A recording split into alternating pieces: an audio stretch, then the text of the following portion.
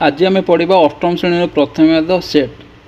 चलो सेट विषय जानिबा। सेट कौन, सेट व्यवहार केमती हुए, सेट्र अंक गुड़िक केमती करवा, चलो ता विषय पढ़ा। आमर जर्मनी गणितज्ञ जॉर्ज कैंटर सेट तत्वर प्रवर्तक बा स्रष्टा अटंती। किए सेट्र स्रष्टा किए और प्रवर्तक किए होती जर्मनी गणितज्ञ जॉर्ज कैंटर। चलो पढ़ा सेट और यार उपादान गुड़िक कौन। सेट क्या कहुए, यार उपादान गुड़िक कौन पढ़ा। तुम मैंने घर मान शुणी बासन सेट कि फर्निचर सेट। बासन सेट किए जी थाली ताटिया कंसा खड़िका ये सब बासन सेट जी। यहपरी फर्निचर सेट किए जी खट पलंग आलना गडरेज टेबुल चेयर ये सब फर्निचर सेट जी। कौन निर्दिष्ट वस्तु मान को नहीं एक सेट परिकल्पना कर कौन निर्दिष्ट वस्तु मान बासन सेट आम कौन थाली ताटिया आपको नहीं गोटे ये कले सेट कले सेपरी फर्निचर सेट रे खट पलंग टेबुल चेयर आपको नहीं गोटे सेट कले कोई गोटे निर्दिष्ट वस्तु आम आम जो बासन सेट आमर खट पलंग ये पूरे दवा ये क्या सेट रे परिकल्पना कर ना सेपरी फर्निचर सेट रे आम जदि आम ताटिया थालिया पूरे दा फर्निचर सेट कह ना। सेट कौन कौन जेकोसी निर्दिष्ट वस्तु मान एक सेट परिकल्पना कराए है। सेपर देखा आमर कौन ओडिशार 30टा जिला अच्छी 30टा जिला को नहीं सेट कर गोटे सेट कर लाइक पुरी कटक संबलपुर कोरापुट कंधमाल झारसुगुड़ा केन्दुझर मयूरभंज जाजपुर एमानु नहीं गोटे एमानु 30टा जिला को नहीं गोटे सेट आम कर इंग्राजी भाषार वर्णमाला किए इंग्राजी भाषा वर्णमाला आम A B C D Z पर्यटन नहीं आपको आम कौन सेट कर सप्ताह 7 दिन किए Sunday Monday Tuesday Thursday Friday Saturday एम आम एक सेट कर मैं देख ये संडे मंडे भर आम ए बी सी पूरे आपको सेट आम सेट तो कहीपर नहीं कारण ये निर्दिष्ट वस्तु मान को आम जेहेतु एक गोटे सप्ताह 7 दिन सोमवार मंगलवार बुधवार गुरुवार शुक्रवार शनिवार इंग्लीश कौन कौन संडे मंडे ट्यूसडे वेडनेसडे जेहेतु एम गोटे निर्दिष्ट वस्तु टाइप हमको नहीं आम सेट कर जंगल थी पशु मान बाघ भालू सिंह मान नहीं आम एक कर आलू बैगण कोबी कखारू एम एक सेट कर सेपरी फल गुड़िक नड़िया कदली कमला सेव अंगूर इमान नहीं आम कौन एक फल समूह सेट कर गणन संख्या किए रही 1 2 3 4 5 6 एम नहीं आम एक सेट कर गणन संख्या मानक जुग्म संख्या नहीं सेट कर जुग्म संख्या किए 2 2 4 6 8 10 एम नहीं आम सेट कर सेपरी आम अजुग्म संख्या मान नहीं सेट कर अजुग्म संख्या किए 1 3 5 7 9 11 13 एम नहीं आम कौन सेट कर मौलिक संख्या कह मौलिक संख्या नहीं आम कर मौलिक संख्या किए 2 3 5 7 11 13 17 19 इमान आम गोटे सेट कर ये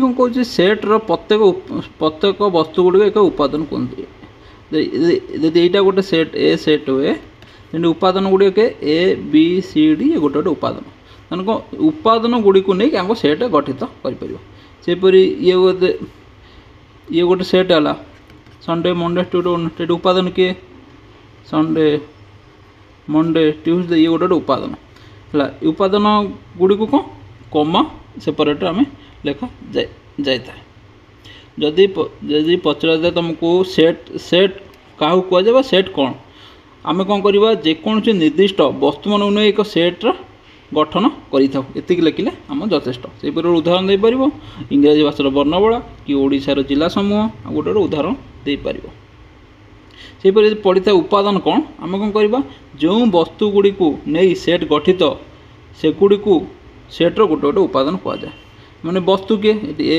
ବି ସି ଡି ଜେଡ୍ ଏମାନଙ୍କୁ ଗୋଟେ ଗୋଟେ ବସ୍ତୁ ଏମାନଙ୍କୁ ନେଇ ଗୋଟେ ସେଟ୍ ଗଠନ କରାଯାଏ ଏମାନଙ୍କୁ ଉପାଦାନ କୁହନ୍ତି। ସେହିପରି ଏଠି ବସ୍ତୁ କିଏ ସଣ୍ଡେ ମଣ୍ଡେ ଟ୍ୟୁସଡେ ଏମାନଙ୍କୁ ନେଇକି ଆମେ ଗୋଟେ ସେଟ୍ ଗଠନ କରି ଉପାଦାନ କହିଥାଉ। ଆମେ ଗୋଟେ ସେଟ୍ ଯଦି ତିଆରି କରୁଛନ୍ତି ସେତେବେଳେ ଆମେ ଦେଖିବା ଯେ ଯେକୌଣସି ତା'ର ଉପାଦାନ ବା ବସ୍ତୁ ଗୁଡ଼ିକ ନେଉଛନ୍ତି ସେ ତାହାର କିଛି ସ୍ଥିରୀକୃତ ମୂଲ୍ୟ ଅଛି କି ନାହିଁ, କି ସେଗୁଡ଼ିକ ସତ୍ୟ କି ଅସତ୍ୟ, ଏହି ବିଷୟରେ ଆମେ ଜାଣିଲେ ଯାଇ ସେ ଉପାଦାନ ଗୁଡ଼ିକ ନେଇକି ଆମେ ସେଟ୍ ଗଠନ କରିପାରିବା। ମନେକର ଆମକୁ ଦିଆଯାଇଥିବ ସବୁ ସୁନ୍ଦର ଫୁଲମାନଙ୍କୁ ନେଇକି ସେଟ୍ ଗଠିତ କର। କ'ଣ ସୁନ୍ଦର ଫୁଲମାନଙ୍କୁ ନେଇକି ସେଟ୍ ଗଠିତ କର। ସୁନ୍ଦର ଫୁଲ ସବୁ କିଏ? ସୁନ୍ଦର ଫୁଲ କିଏ? ତମେ ଯେଉଁଟା ସୁନ୍ଦର ଫୁଲ କହିବ ସେଇଟା ମୋ ପାଇଁ ଅସୁନ୍ଦର, ମୋ ପାଇଁ ଯେଉଁଟା ସୁନ୍ଦର ସେଇଟା ତମ ପାଇଁ ଅସୁନ୍ଦର, ତମ ପାଇଁ ଯେଉଁ ସୁନ୍ଦର ତମ ସାଙ୍ଗମାନଙ୍କ ପାଇଁ ଅସୁନ୍ଦର, ତମ ସାଙ୍ଗମାନଙ୍କ ପାଇଁ ଯେଉଁଟା ସୁନ୍ଦର ତମ ପାଇଁ ଅସୁନ୍ଦର। ତାହେଲେ ଏଗୁଡ଼ିକୁ ନେଇକି ଆମେ ଥର ମଲ୍ଲି, ଗୋଲାପ, ଟଗର ଏମାନଙ୍କୁ ନେଇ ଆମେ ସୁନ୍ଦର ଫୁଲମାନଙ୍କର କ'ଣ ସେଟ୍ ଗଠନ କରିପାରିବ ନାହିଁ। ଯଦି ଖାଲି ତ ଫୁଲମାନଙ୍କର ସେଟ୍ ସେଠି ଆମେ କ'ଣ ଟଗର, ମଲ୍ଲି, ଗୋଲାପ ଏମାନଙ୍କୁ ନେଇକି ଆମେ କ'ଣ ସେଟ୍ ଗଠନ କରିପାରିବା। ଯଦି ସୁନ୍ଦର ଫୁଲ ତାହେଲେ ଏଇଠି ସମସ୍ତେ କଣ୍ଟ୍ରାଡିକ୍ସନ୍, ଏଇ ଯେଉଁ ଗୋଲାପ ହଉ ମଲ୍ଲି ହଉ ଏମାନେ କ'ଣ ଗୋଟେ କଣ୍ଟ୍ରାଡିକ୍ସନ୍, ମାନେ ତମ ପାଇଁ ଯେଉଁଟା ସୁନ୍ଦର ତା ପାଇଁ ଅସୁନ୍ଦର ନୁହେଁ, ଯେଉଁଟା ସମିତ ପାଇଁ ସମାନ ସେଇମାନଙ୍କୁ ନେଇ ଆମେ ଏକ ସେଟ୍ ଗଠନ କରିବା।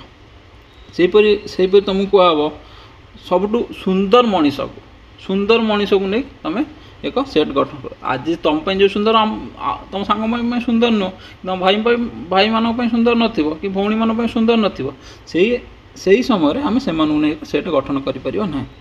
ସେହିପରି ତୁମକୁ ଦେଇଦେବ ସବୁଠୁ ବୃହତ୍ ଗଣନ ସଂଖ୍ୟା କିଏ? ତୁମେ କହିବ 1 କୋଟି କି 5 କୋଟି 7 କୋଟି 8 କୋଟି, ତା ଯେଉଁଟା ତୁମେ 8 କୋଟି କହିବ ତା ପରେ ବଡ଼ ଅଛି, ସେଥିପାଇଁ ବୃହତ୍ ଗଣନ ସଂଖ୍ୟା ତୁମେ କହିପାରିବ ନାହିଁ। ସେହିପରି ଯଦି କହିଥିବ ବୃହତ୍ ଗଣନ ସଂଖ୍ୟାମାନଙ୍କୁ ନେଇ ଏକ ସେଟ୍ ପରିକଳ୍ପନା କର, ଆମେ ପରିକଳ୍ପନା କରିପାରିବା ନାହିଁ। ସେହିପରି ଆମକୁ ଯଦି ଗୋଟେ ବେଷ୍ଟ ବ୍ୟାଟ୍ସମ୍ୟାନକୁ ନେଇ କ'ଣ ଏକ ସେଟ୍ ପରିକଳ୍ପନା କର। ବେଷ୍ଟ ବ୍ୟାଟ୍ସମ୍ୟାନ୍ ତୁମେ କିଏ କହିବ? ରୋହିତ ଶର୍ମା, କିଏ କହିବ ବିରାଟ କୋହଲି, କିଏ ବେଷ୍ଟ ମାନେ ସବୁଠୁ ଭଲ ଖେଳାଳି। ଆଜି ଯିଏ ଭଲ ଖେଳାଳି ତା ଅପେକ୍ଷା ଆଉ ଜଣେ କିଏ ଭଲ ଖେଳାଳି ଆସିବ, ଯେଉଁଟା ସମିତ ପାଇଁ ସମାନ ସେଇମାନଙ୍କୁ ନେଇ ସେଟ୍ ଗଠନ କରିପାରିବ। ଯେଉଁଟା ଯେକୌଣସି ସେଟ୍ର ଉପାଦାନ ଲେଖିବ ଯଦି ତୁମ ପାଇଁ ଅଲଗା ଆଉ ଜଣ ପାଇଁ ଅଲଗା ହେଉଥିବ ସେଇଟା ଆମେ ସେଟ୍ର ପରିକଳ୍ପନା କରିପାରିବା ନାହିଁ। ମନେ ରଖିଥା, ସେଟ୍ ଓ ଏହାର ଉପାଦାନର କୌଣସି ସଂଜ୍ଞା ନାହିଁ। ଏହି ଦୁଇଟି ପଦ ସଂଜ୍ଞା ଭିନ୍ନ ଅଟେ। କ'ଣ କହୁଛି? ସେଟ୍ ଓ ଏହାର ଉପାଦାନର କୌଣସି ସଂଜ୍ଞା ନାହିଁ, ଏ ଦୁଇଟା ସଂଜ୍ଞା ଭିନ୍ନ ଅଟନ୍ତି। ତୁମକୁ ଯଦି ପଚାର ସେଟ୍ କ'ଣ, ତୁମକୁ ଯେକୌଣସି ନିର୍ଦ୍ଦିଷ୍ଟ ବସ୍ତୁମାନଙ୍କୁ ନେଇ ଆମେ ସେଟ୍ ପରିକଳ୍ପନା କରିପାରିବା। ଉପାଦାନ ପଚାରେ ତୁମେମାନେ କ'ଣ କହିବ? ଯେକୌଣସି ନିର୍ଦ୍ଦିଷ୍ଟ ବସ୍ତୁମାନଙ୍କୁ ନେଇ ଏକ ସେଟ୍ ଗଠିତ ହୋଇଥାଏ ସେଗୁଡ଼ିକୁ ସେଟ୍ର ଉପାଦାନ କୁହାଯାଏ। ଚାଲ ଆମେ ପଢ଼ିବା ସସୀମ ସେଟ୍ ଓ ଅସୀମ ସେଟ୍ କ'ଣ। ତାକୁ ଇଂଲିଶ କୁହନ୍ତି ଫାଇନାଇଟ୍ ଆଣ୍ଡ ଇନଫାଇନାଇଟ୍ ସେଟ୍। ସସୀମ ସେଟ୍ କ'ଣ କହୁଛି? ଯଦି ଗୋଟେ ସେଟ୍ର ସବୁ ଉପାଦାନ ଗୁଡ଼ିକ ଆମେ ଗଣିଲେ ଗଣନ ପ୍ରକ୍ରିୟା ଶେଷ ହେବ ତାକୁ ଆମେ ସସୀମ ସେଟ୍ କୁହନ୍ତି। କ'ଣ କହୁଛି? ଯଦି ଥର ଗୋଟେ ସେଟ୍ରେ 5ଟା କି 10ଟା କି 15ଟା କି 40ଟା କି 50ଟା କି 100ଟା କୋଟିଏ ବି ଉପାଦାନ ଅଛି, ଆମେ ଗଣିଲେ ତାକୁ ଆମେ 10ଟା ଉପାଦାନ ଅଛି କହିପାରିବା କି 20ଟା ଉପାଦାନ ଅଛି କହିପାରିବା, କୋଟିଏଟା ଉପାଦାନ ଅଛି କହିପାରିବା, ସେଗୁଡ଼ିକୁ ସସୀମ ସେଟ୍ କୁହନ୍ତି। ଆଉ ଯେକୌଣସି ସେଟ୍ର ଉପାଦାନକୁ ଗଣିଲେ ଗଣନ ପ୍ରକ୍ରିୟା ଶେଷ ହେବ ନାହିଁ ତାକୁ ଆମେ ଅସୀମ ସେଟ୍ କୁହାଯାଏ। ସସୀମ ସେଟ୍ ଦେଖିବା ଗୋଟେ ଉଦାହରଣ। ଧର ଆମକୁ ଓଡ଼ିଶାର ଡିଷ୍ଟ୍ରିକ୍ଟ କିଏ ରହିଲେ? ପୁରୀ, ସମ୍ବଲପୁର,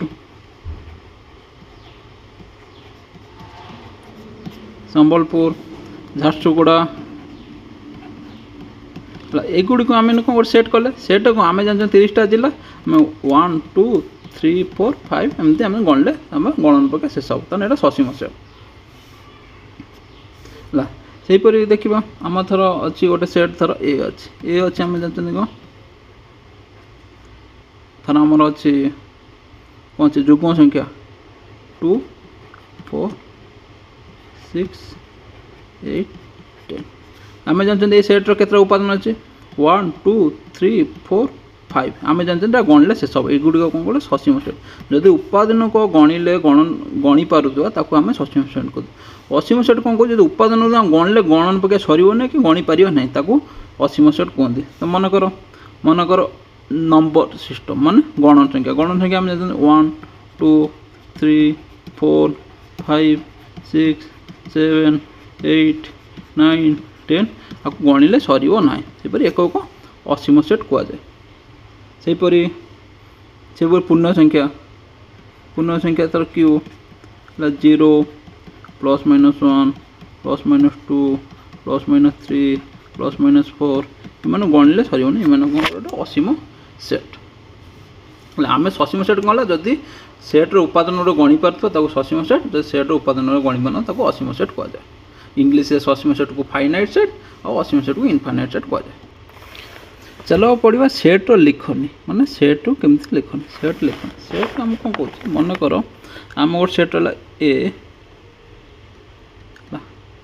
आ भर रहा कौन ए बी सी डी ये लिखनी आम कौन लिखा A belongs to set A B belongs to set A C belongs to set A D belongs to set belongs to mean ए उपादानटा सेट ए रही बी उपादानटा सेट ए रही सी उपादानटा सेट ए रही डी उपादान सेट ए रही सेपरी जदि बोले ईटा ए सेट अच्छी ना तेरे कौन ई डज नॉट बिलोंग्स